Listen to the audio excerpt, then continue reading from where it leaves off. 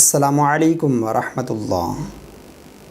جان نثار، ان کا سوال ہے، اگر دوسری رکعت پڑھنے کے بعد تشہد بیٹھنا بھول گیا اور انسان سیدھا کھڑا ہو جائے تیسری رکعت کے لیے اور کھڑا ہوتے ہی اسے یاد آ جائے تو کیا حکم ہے؟ آیا فوراً واپس تشہد کے لیے بیٹھنا ہے یا وہی نماز جاری رکھ کر چوتھی رکعت میں تشہد پڑھنے کے بعد سجدہ سہو کرنا ہے؟ آپ رہنمائی فرمائیں۔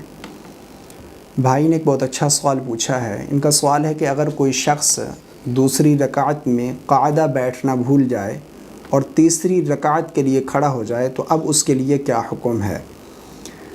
دیکھیں، دوسری رکعت میں قاعدہ بیٹھنا یعنی جسے قاعدہ اولیٰ کہتے ہیں، قاعدہ اولیٰ بیٹھنا اور تشہد پڑھنا یہ واجب ہے۔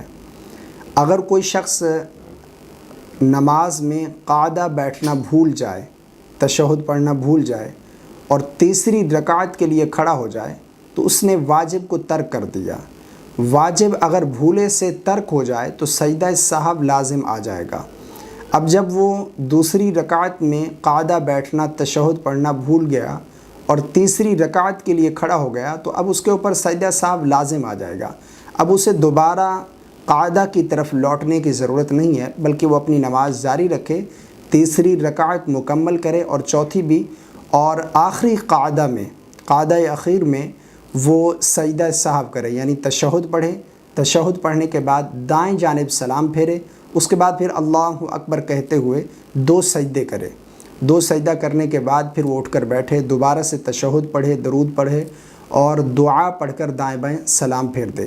یعنی اگر دوسری رکعت میں کوئی التحیات تشہد پڑھنا بھول جائے اور تیسری رکعت کے لیے کھڑا ہو جائے تو اس کے اوپر سجدہ سہو لازم آ جائے گا۔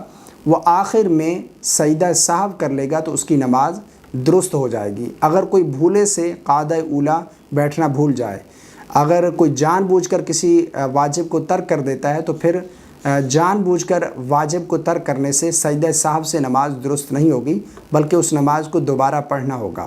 لیکن اگر بھولے سے کوئی واجب ترک ہو جائے تو سجدہ سہو کر لینے سے نماز درست ہو جائے گی۔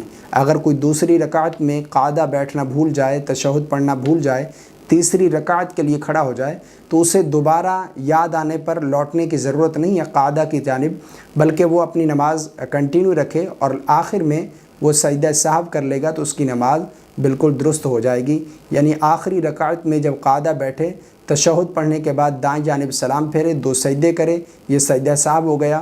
اس کے بعد تشہد، درود اور دعا پڑھنے کے بعد دائیں بائیں سلام پھیر دے گا تو اس کی نماز بالکل درست مانی جائے گی۔ امید کرتا ہوں میری بات آپ کو سمجھ آ گئی ہوگی۔ اللہ تعالی ہم سب کو سمجھ کی توفیق عطا فرمائے۔